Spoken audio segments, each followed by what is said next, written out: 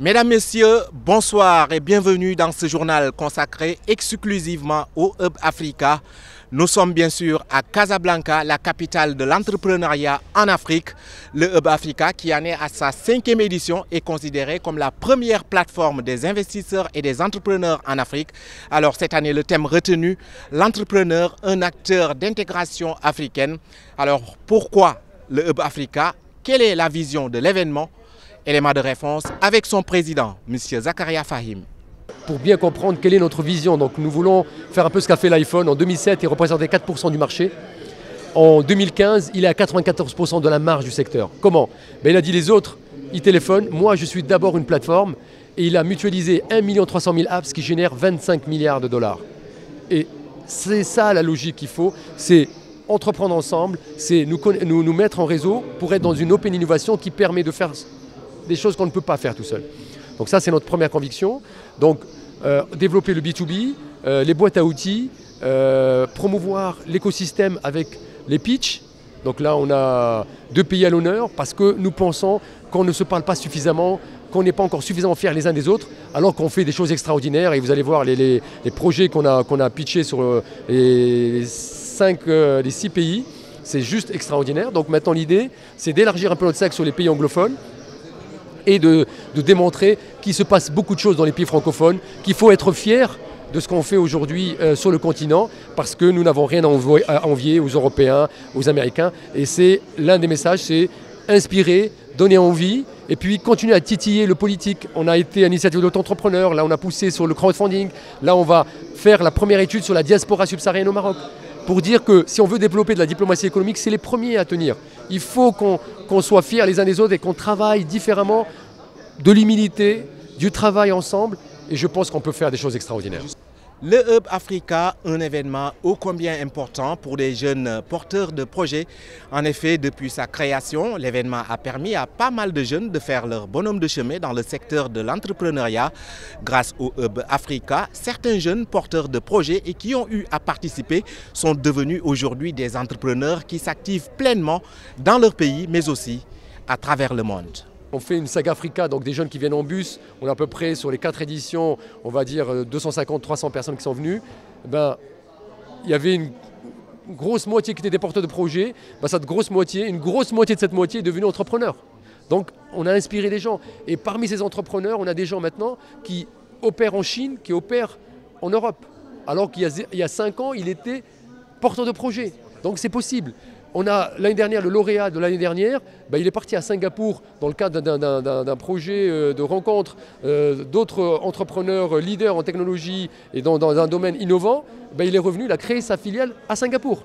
Donc on ouvre des perspectives, on connecte, on est des efficaces facilitateurs. On essaie d'être efficace et facilitateur, et c'est un peu le rôle de Hub Africa. C'est toute l'importance. Voilà, c'est tout à fait, et être le porte-voix des TPE, des PME, et leur donner la possibilité, leur donner la fierté d'être entrepreneur, et de se dire j'ai le droit de faire des erreurs mais pas des fautes. Et c'est pour ça que nous, on met des boîtes à outils plug and play, on fait témoigner des entrepreneurs pour qu'ils comprennent que c'est possible, qu'on peut, si on est bien entouré, si on a le bon financement, aller le plus loin. Et ça, c'est ce que démontrent, comme vous avez dit, des entrepreneurs. On a mis aussi des jeunes sur la plateforme de crowdfunding, Affinity. Donc oui, les gens qui viennent, quand ils reviennent, ils disent, grâce à Hub Africa, j'ai créé, j'ai développé.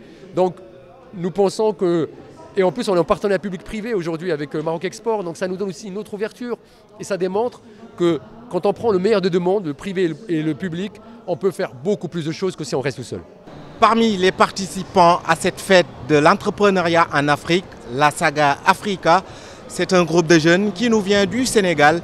Et à chaque édition, ils font, tenez-vous bien, plus de 3000 km de route par bus. Alors, que représente le Hub Africa pour ces jeunes porteurs de projets? Élément de réponse avec Mariam Fall, elle est la secrétaire générale du mouvement. Hub Africa, c'est, je dirais, l'aboutissement un peu de la caravane Saga Africa, l'objectif pour lequel cette caravane est organisée, puisque l'idée c'est de permettre à des jeunes entrepreneurs, porteurs de projets ou encore étudiants de venir au Maroc participer à cette fête de l'entrepreneuriat où ils peuvent rencontrer d'autres entrepreneurs, d'autres homologues, d'autres membres du CJD qui sont à l'international, mais aussi éventuellement présenter leurs projets devant des investisseurs et en fait s'armer quelque part pour développer et pérenniser leurs projets d'entreprise.